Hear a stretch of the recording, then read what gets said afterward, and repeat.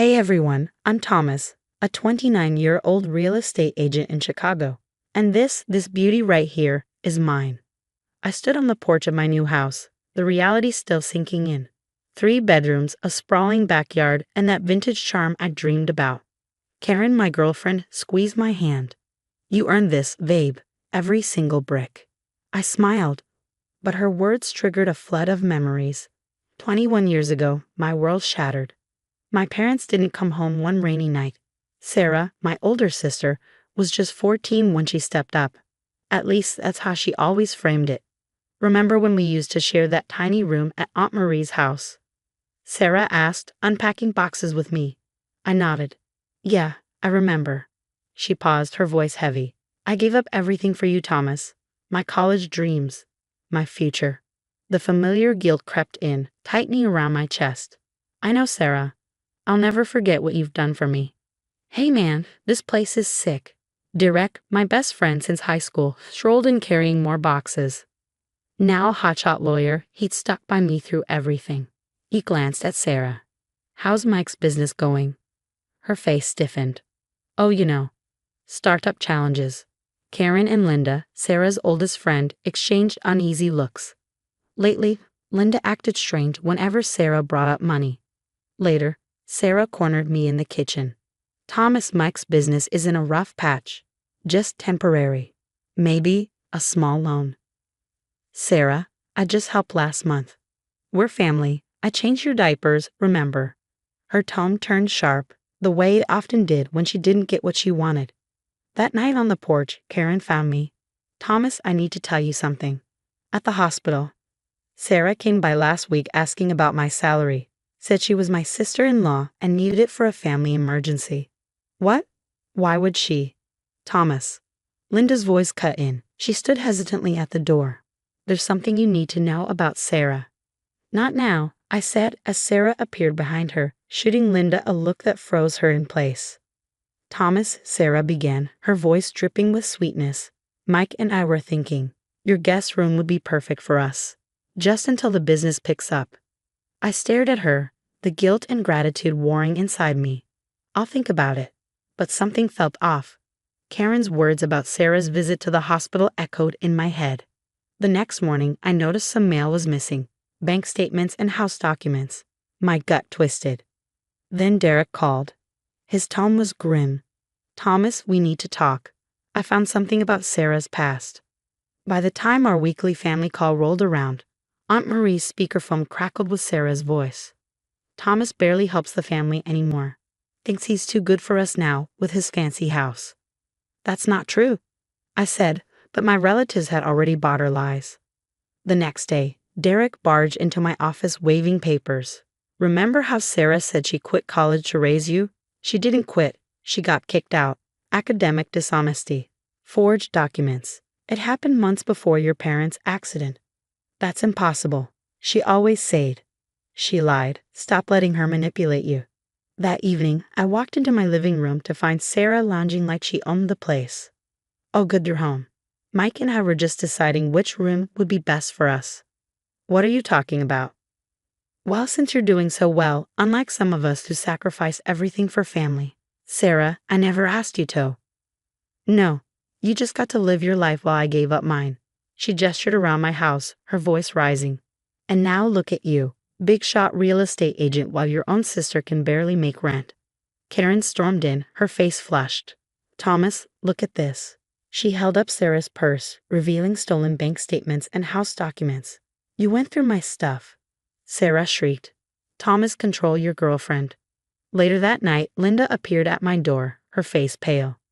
I can't stay quiet anymore, Thomas. Sarah's done this before. Remember the Hendersons? She manipulated them into signing over their vacation home, promising to pay the mortgage. They lost everything. Why didn't you tell me sooner? I asked, my voice breaking. She threatened to expose my struggles with addiction if I ever said a word. But I can't watch her destroy another family. Linda's voice trembled as she placed a folder on the table.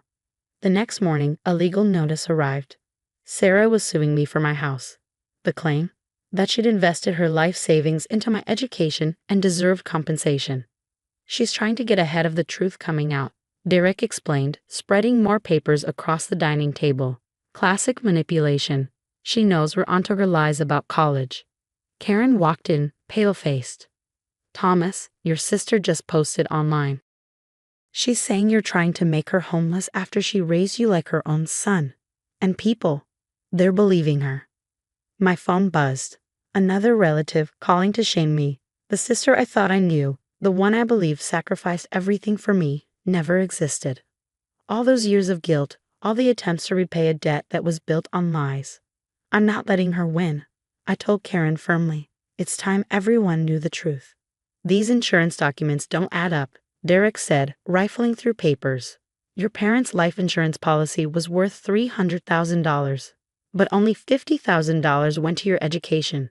Sarah was the trustee. Where's the rest? Karen walked back in, laptop in hand. You need to see this.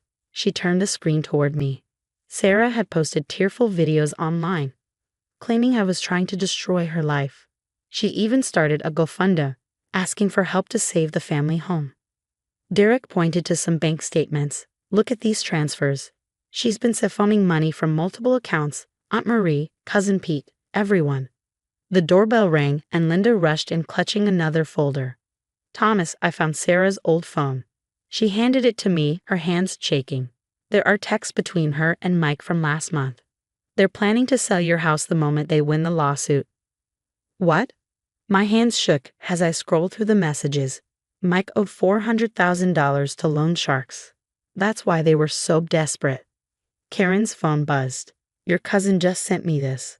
Sarah told them you're stealing their inheritance money. The whole family's turning against you. Not for long, Derek said, his tone icy as he pulled out more documents. Remember the college fund your parents set up?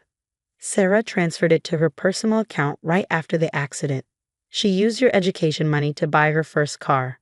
The evidence piled up. Linda laid out photos of forged checks and threatening emails Sarah had sent to silence other victims. She's done this to everyone. The Hendersons, the Paddles, even her old church group. Always playing the victim while stealing everything she could. Karen called from the kitchen. Thomas, Mike just called the office looking for Sarah. He's drunk, ranting about bookies coming after them. He admitted they're filing for bankruptcy. As if on cue, my phone buzzed with another notification. Sarah had posted again. My own brother is trying to destroy my reputation after I gave up my whole life for him. Please help us save our family home from his greed. Karen scrolled through the comments. People are actually sending her money. Not just money, Derek said, pointing to his screen. She's collecting loans from half the neighborhood. They think she's helping you with medical bills or something. Linda played a voicemail. Sarah's voice crackled through the speaker. If you tell Thomas anything about the Hendersons, I'll make sure everyone knows about that night in Vegas. Don't test me, Linda. Classic Sarah, Linda muttered. I slumped in my chair, the weight of everything pressing down. She's got dirt on everyone. That's how she's kept this going for so long. Karen grabbed my hand. We've got something better than dirt. We've got proof. I straightened up. Get everything ready. It's time to show everyone exactly who Sarah really is. Courtroom showdown. The case is dismissed, the judge declared, her voice firm. Furthermore, given the evidence of fraud presented, I'm referring this matter to the district attorney's office. Sarah's face went pale as Derek presented the mountain of evidence, bank statements showing stolen insurance money, forged documents, and years of systematic theft.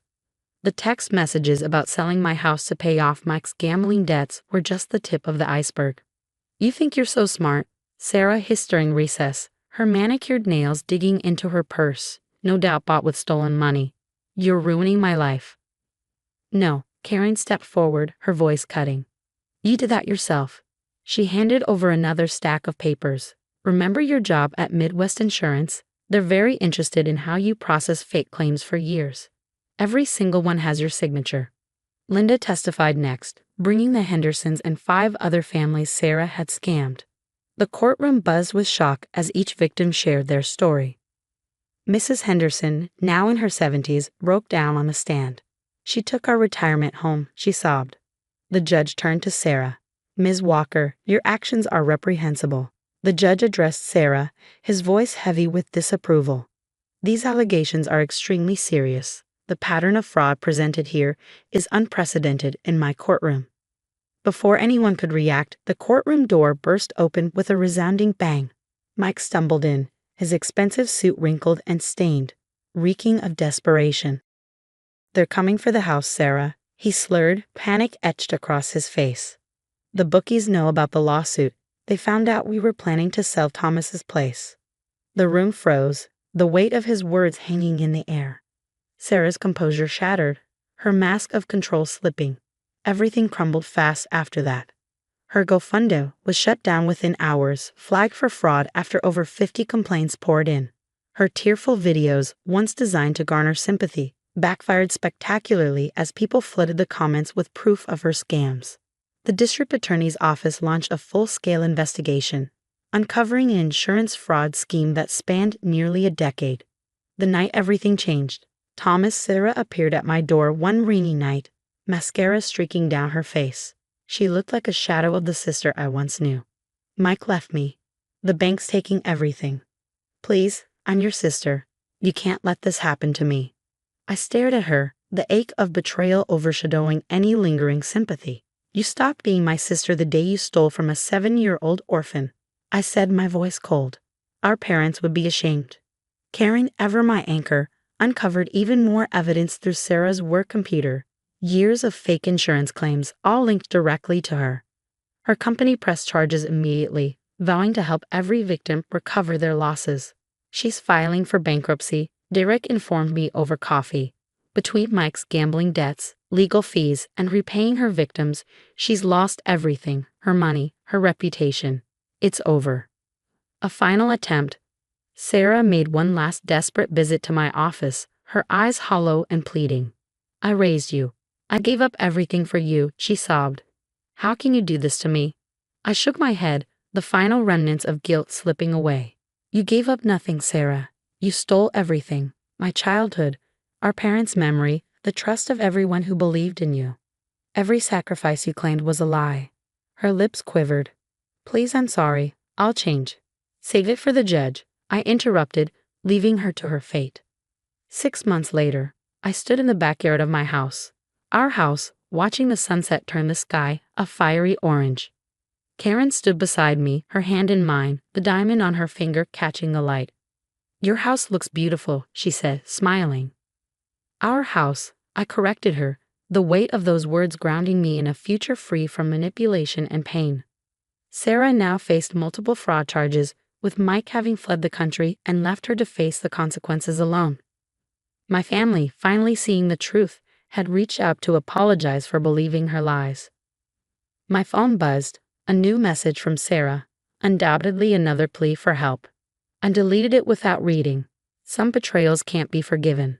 Some bonds are better left broken. As I held Karen close, I felt only relief. The web of lies that had ensnared me for so long had finally unraveled. Sarah had taught me a painful but important lesson. Family isn't about blood. It's about truth, trust, and genuine love. And for the first time, I found that family in the one I chose.